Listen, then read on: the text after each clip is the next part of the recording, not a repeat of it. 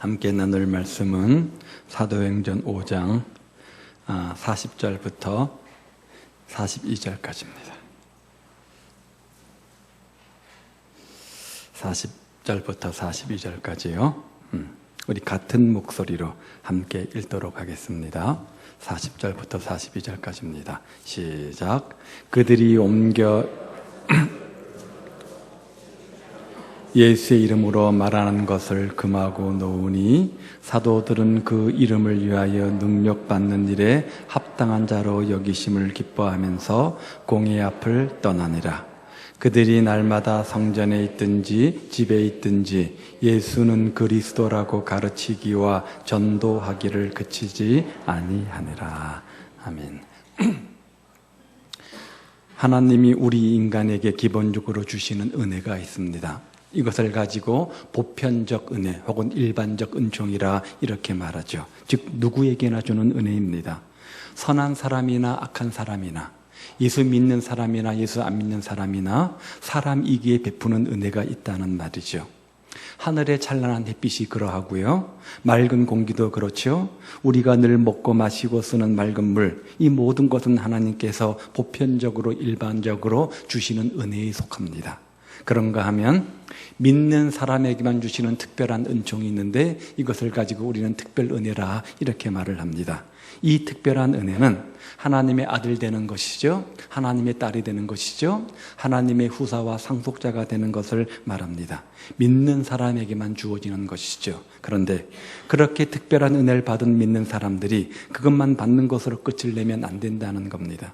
우리는 예배에 열심히 참석해서 찬송 가운데 은혜를 받아야 되고 말씀을 통해서 은혜를 받아야 되고 기도 가운데 은혜를 받고 또 봉사하면서 전도하면서 은혜를 받아야 된다는 거죠. 그런 은혜를 계속해서 받을 때 은혜 충만한 교회, 은혜 충만한 성도가 될 수 있기 때문입니다. 자, 오늘 본문의 가르침을 따라서 그렇다면 어떤 은혜가 충만해야 되는지 몇 가지 한번 생각해 보기 원합니다. 은혜 충만한 교회 되기 위해서 첫 번째, 노임의 은혜가 우리 가운데 있어야 된다는 거죠. 40절 보십시오. 그들이 옳게 여겨 사도들을 불러들여 채찍질하며 예수의 이름으로 말하는 것을 금하고 놓으니, 이렇게 노임의 은혜가 있었습니다. 자, 성경적 몇 가지 한번 예를 들어볼까요? 성경에 보면 12년 동안 혈류증으로 고생하는 여인이 있는데 이름은 베로니카라고 하죠. 아무리 병원에 가서 치료를 받아보았지만 전혀 증세에 나아짐이 없고 점점 증세가 악화되기만 합니다.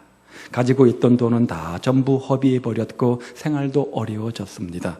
그런 절망적 순간 그는 한 가지 소문을 듣게 되어지는데 예수에 관한 소문을 듣게 되어집니다.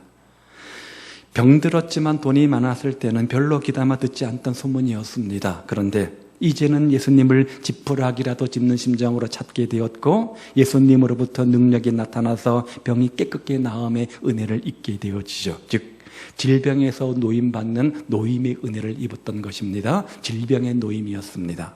그런가 하면 마가복음 2장에 보면 중풍병자를 고치시는 장면이 나옵니다. 4명이 들고 와서 지붕을 뚫고 주님 앞에 놓지요.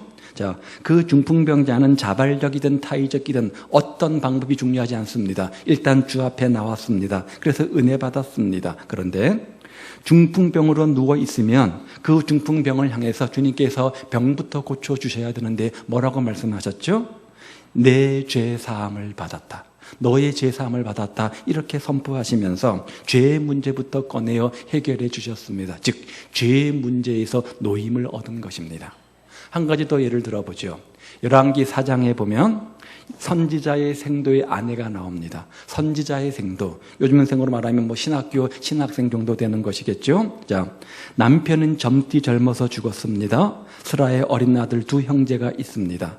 지금도 그렇지만 그 당시는 더 먹고 사는 것이 힘들었을 것입니다. 감당할 능력은 없는데 자꾸만 빚은 늘어가기만 했고 나중에는 생활까지 걱정이 되는 수준까지 이뤘습니다. 이쯤 되자 체주가 찾아와서 아들을 내어놓으라 윽박지릅니다. 이유는 형제를 끌어다가 팔아서 빚을 해결해 버리겠다는 거죠. 그런 엄청난 문제를 안고 있는 선지자 생도의 아내가 받는 스트레스가 얼마나 컸을지 우린 미루어 짐작해 볼 수 있습니다. 아들들 때문에 죽지 못해서 살고 있을 만큼 죽고 싶은 심정이었을 것입니다. 아무런 소망도 없고 아무런 희망도 없고 절망 그 자체 아니었겠습니까? 그런데 오늘 이 시간 예배로 나오시면서 그런 심정으로 이 자리에 서 계신 분이 있을지 모르겠습니다. 그렇다면 기억하십시오. 그때 하나님께서 엘리사를 통해서 엄청난 축복을 주시잖아요. 그릇마다 기름을 가득 채워주셔서 빈 문제 해결해 주셨고 생활 문제 해결해 주셨습니다. 말할 수 없이 시달리는 빈 문제에서 노임을 얻게 되어진 것이죠. 물질의 문제, 재물의 문제입니다. 거기서 노임을 입은 것이죠. 빛을 져보지 않는 사람은 이 여인의 심정이 얼마나 절망적이고 얼마나 비참했을지 잘 모를 겁니다. 그런데 이상의 여러 가지 예를 들어서 환난에서 노임을 받을 때, 이런 이들이 문제 앞에 노임을 받을 때 그런 그들이 한 일이 무엇입니까? 아무것도 없잖아요. 모든 것이 하나님의 은혜요, 예수님의 도움 아닙니까? 무슨 말입니까?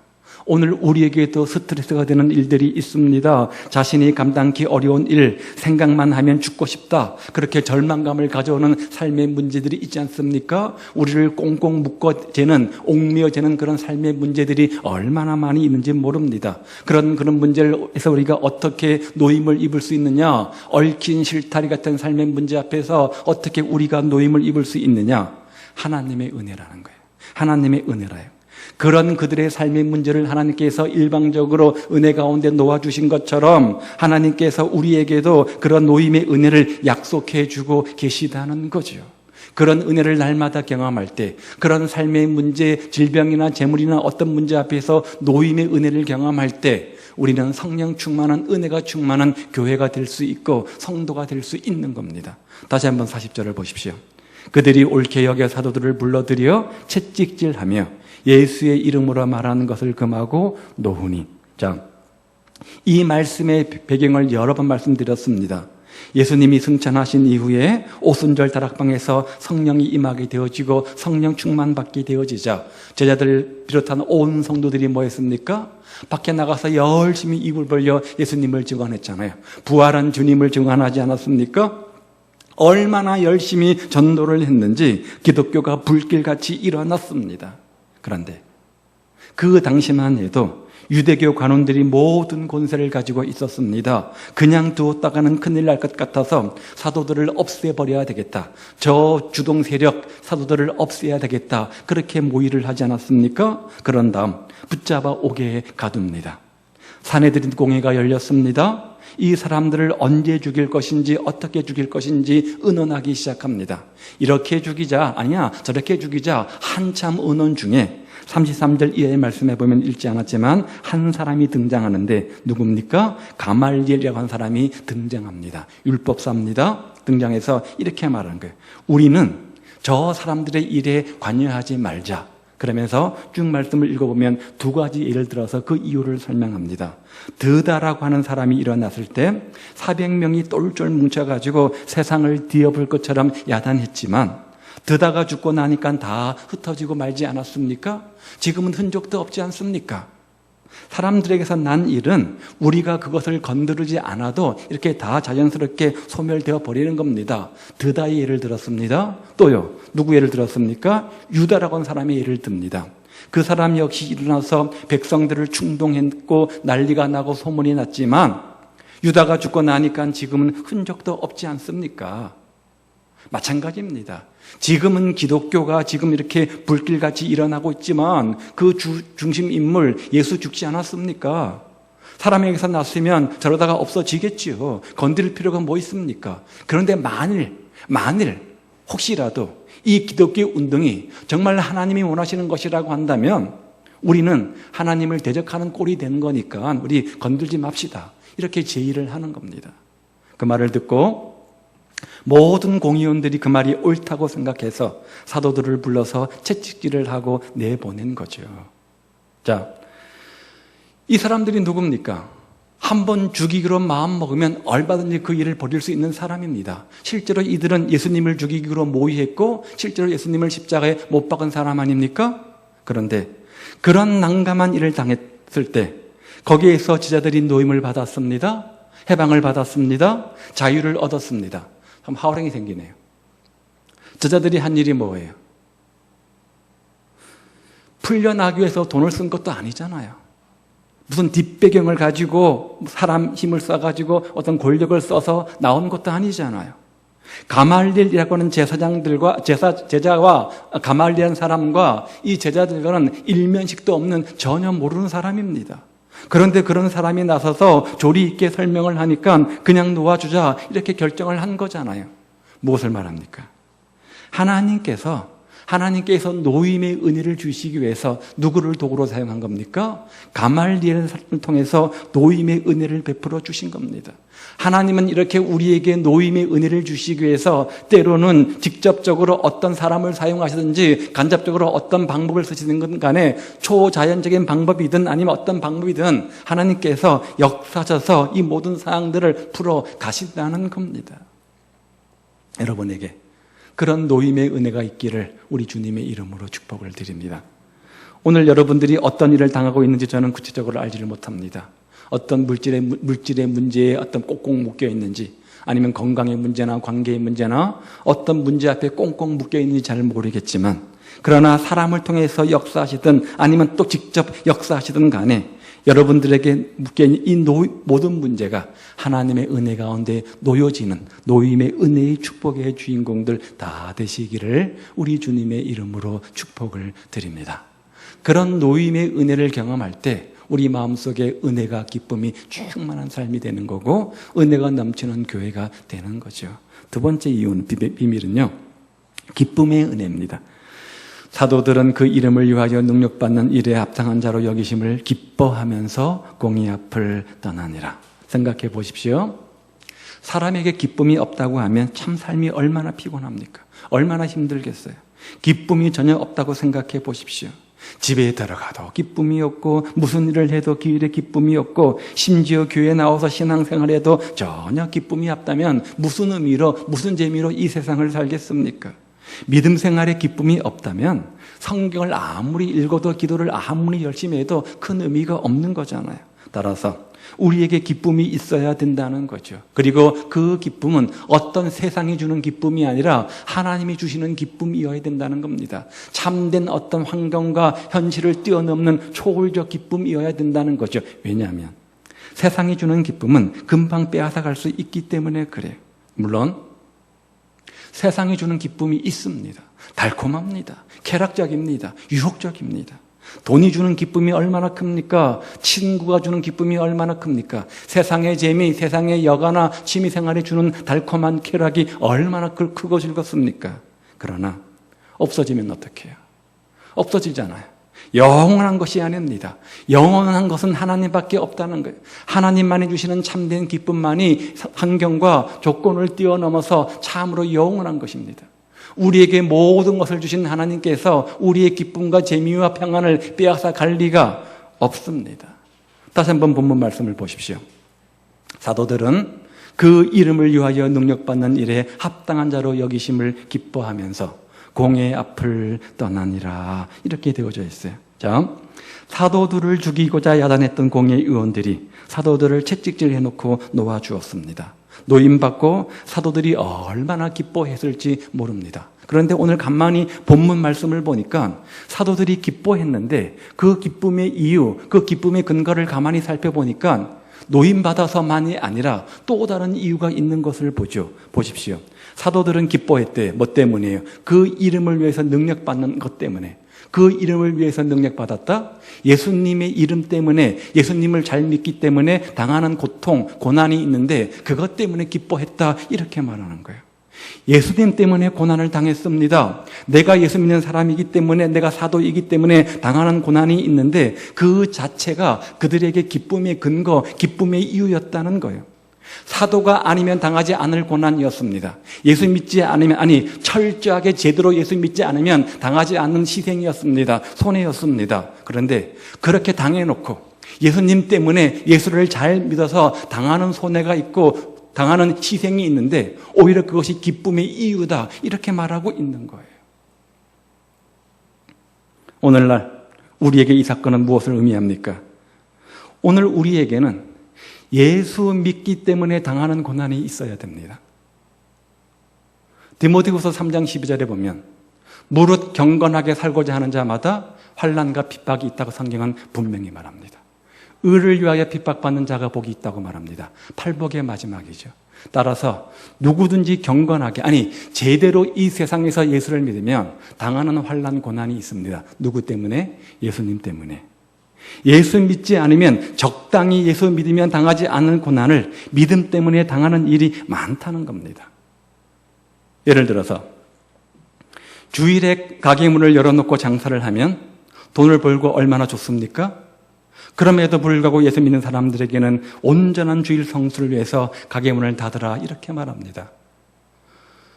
제가 이런 경우에 몇 가지 예를 들면, 성경적 인물을 예를 들면 성경적 인물이니까 라고 우리가 멀리 있는 사람으로 생각을 합니다. 훌륭한 믿음의 인물을 예를 들면 그 사람은 훌륭한 사람이니까 그렇게 생각합니다. 그래서 오늘은 실제로 가까운 우리 한번 주변 사람들 예를 들어보려고 합니다. 온전한 신앙생활 때문에 직장에서 손해보는 경우가 있습니다. 온전한 주일 성수를 하다 보면 친구 관계에서 희생당하고 손해보기도 하고 취미나 또 여가생활에 희생이나 손해를 보기도 합니다. 저희 교인 중에서 자동차를 운전해서 학생들을 등하교시키고 또 학원에 등하원시키는 분이 계십니다. 그것을 통해서 생업을 하는데요. 아침 일찍부터 밤늦도록 학교 혹은 학생들을 현재 실어다 주는 일들을 하게 되어지죠. 주로 수업이 월화수목금토까지 있고 학원이 있으니까 주말은 쉬게 되어집니다. 또 다른 일을 하시는 분들은 또 다른 돈을 벌기 위해서 주말이면 주말 아르바이트를 하게 되어지죠. 주말 여행을 떠나는 관광차로 일들을 하는 겁니다. 1박 2일 혹은 주일 당일날 가는 그런 어떤 이제 뭐 등산을 가거나 취미생활을 하는 분들은 이제 실어다는 일들을 하게 되어지겠죠. 그러면 아마 부수입이 짭짤하게 많을 것입니다. 그런데 그 집사님은 한 번도 이 일에 타협하거나 유혹을 넘어가 본 적이 한 번도 없습니다. 돈을 선택하면 예수님이 울 거고 예수님을 선택하면 돈이 아쉬운데 한 번도 믿음을 가지고 주님에게 당하는 고난을 기뻐하시면서 한 번도 이 일을 타협해 본 적이 없습니다. 그것 때문에 한 번도 주일을 빼먹어 본 적이 한 번도 없는 거죠. 큰 것은 아니지만 얼마든지 우리도 각각 이렇게 주님을 기뻐하시는 삶을 살 수 있다는 겁니다. 새벽이면 아침 일찍 일어나서 신문을 돌리면서 생업을 유지하는 분이 계십니다. 1시부터 새벽 4시, 5시까지 신문을 돌리고 여름이면 여름대로 더운 대로 또 비바람과 폭풍우를 맞으면서 겨울이면 그 추운 날씨에 오토바이를 타고 다니시면서 생업을 하십니다. 5시쯤 되면 끝나는데 아마 파김치가 되겠죠. 그런데 그 어른 몸을 녹이기 위해서 빨리 집에 가고 싶은데 이분은 한 번도 새벽 기도를 빠져본 적이 없습니다. 한 번도 주일 예배를 빠져본 적이 없습니다. 한 번도 수요 예배를 빠져본 적이 없습니다. 제가 안타까워서 한번 묻는 적이 있습니다. 이제 나이도 들어가는데 뭔가 좀 새로운 일을 찾아야 되지 않겠습니까? 근데 그분이 대답이 이거예요. 특별한 전문성을 가지고 있는 것도 아니고 특별한 기술을 가지고 있는 것도 아니고 새로운 일을 찾으려고 하다 보니까 일들이 나오는데 항상 문제가 뭐냐? 주일 성수가 문제가 된다는 거예요. 주일 성수를 하기 위해서는 직업을 포기해야 되고 직업을 포기하자니 물질적 어려움이 있고 항상 그 갈등 속에 있으면서 한 번도 주일 성수를 어긴 적이 없습니다. 그런데 반대로 당연히 그런 삶을 살아야 됨에도 불구하고 그렇지 못한 경우가 있어서 우리 마음을 안타게 하는 경우가 또 얼마나 많이 있습니까? 신앙생활은요, 하고 싶은 일은 하지 말라고 하고 하지 않았으면 좋아할 일을 자꾸만 시킵니다. 우리는 밖에 나가서 주일이면 취미생활도 하고 여가생활도 하고 많은 것들을 즐기고 싶고 또 많은 것들을 하고 싶은데 자꾸만 교회에서는 주일 성수를 해라, 예배를 드려라, 기도해라, 헌신해라, 전도해라. 자꾸만 우리가 하고 싶은 일은 하지 말라고 그러고 하고 싫은 것들은 자꾸만 하라고 그렇게 말하지 않습니까? 이것 역시 믿는 사람이 당하는 고난입니다. 온전한 예배생활, 온전한 기도, 온전한 봉사, 온전한 전도생활을 하기 위해서 당하는 손해, 희생이 반드시 있습니다. 이것도 주를 위한 고난입니다. 믿기 때문에 당하는 고난입니다. 그런데 그런 고난을 기뻐하고 즐거워할 줄 알아야 된다는 거예요. 그것이 기쁘고 즐겁지 않으면 주님 때문에 조금 손해보더라도 조금 희생하더라도 그것 때문에 즐겁지 않고 기쁨이 없으면 절대로 온전히 예수 믿을 수가 없습니다. 그거 아까워서 그 유혹에 넘어가서 절대로 온전히 주님 기뻐하시는 신앙생활 할 수 없습니다. 오늘 여러분의 기쁨의 근거가 무엇입니까? 여러분 무엇 때문에 기뻐하십니까? 모든 것이 내 뜻대로 되기 때문에, 모든 것이 내가 생각한 대로 되기 때문에, 모든 내 삶의 환경과 조건과 현실이 내가 보기에 기뻐할 만한 조건과 환경이기 때문에 그렇게 기뻐하십니까? 오늘 본문에 나오는 사도들의 기쁨은 그런 세상이 주는 기쁨이 아니었습니다. 하나님이 주시는 기쁨이었다는 겁니다. 고난 속에서도 기뻐할 수 있는 기쁨이었기 때문에 참으로 은혜가 아닙니까? 정말 진정한 기쁨이 아닙니까? 왜냐하면 시편 기자는 고난도 내게 유익이라, 고난도 내게 유익이라 이렇게 말하잖아요. 무슨 말입니까?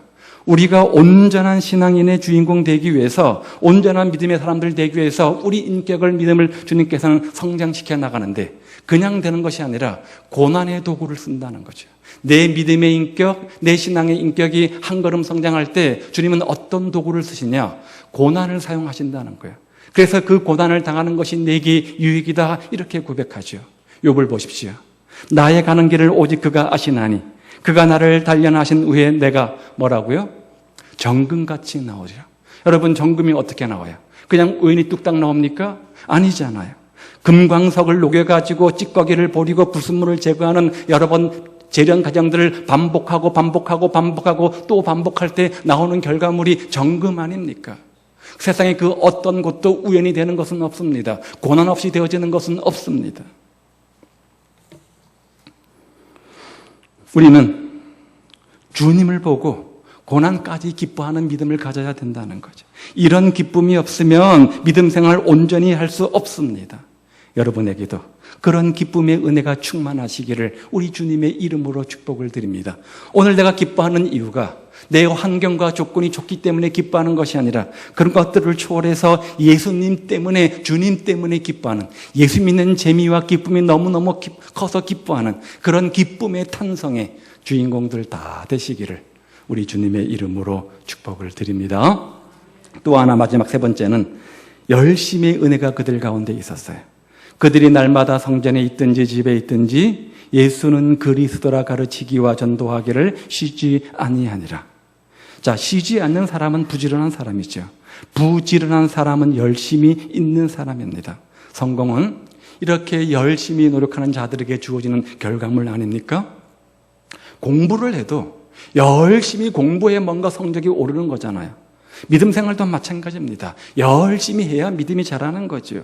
장사를 해도 마찬가지이고요. 직장 생활도 마찬가지 아닙니까? 뭐든지 열심히 해야지 그 사람에게 성공이란 선물이 주어지게 되는 겁니다. 그런데 오늘 본문에 보니까 이들은 참으로 열심히 있었어요. 날마다 열심을 냈습니다. 성전에 있을 때도 열심을 냈고요. 집에 있을 때도 열심을 냈습니다. 그리고요, 예수님을 그리스도라 가르치는 배움에 열심을 냈습니다. 자, 교육은 누구에게 필요한 겁니까? 이미 믿는 성도들에게 더 큰 믿음의 성숙을 위해서 필요한 것이 교육이죠. 그런데 그것에 열심을 냈습니다. 뿐만 아니라 또 한 가지 열심을 냈네요. 뭐예요? 전도입니다. 전도는 누구에게 필요한 겁니까? 교육이 믿는 사람에게 필요한 것이라고 한다면 전도는 믿지 않는 사람들에게 필요한 거잖아요. 그래서 열심히 전도하는 일에 힘을 썼습니다. 이렇게 더 붙일 열심이 없을 정도로 열심히 불같은 사람들이었습니다. 이처럼 믿음 생활에 열심히 있는 사람들이 승리하는 줄 믿습니다.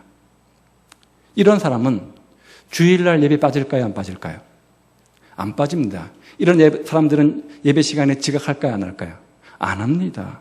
주일 오전 예배만 만족하지 않고 오후 예배도 기쁨으로 참석하고요. 수요 기도에서 기쁨으로 참석해서 함께 기도하며 은혜를 간구할 겁니다. 열심히 불 같아서 그 열심히 그냥 자신을 앉아둘 수가 없는 겁니다. 열심히 봉사도 하고 열심히 전도도 하고 열심히 훈련도 받고 열심히 기도도 하겠지요. 그 열심이 있어야 된다는 거죠. 핸델을 기억하시죠?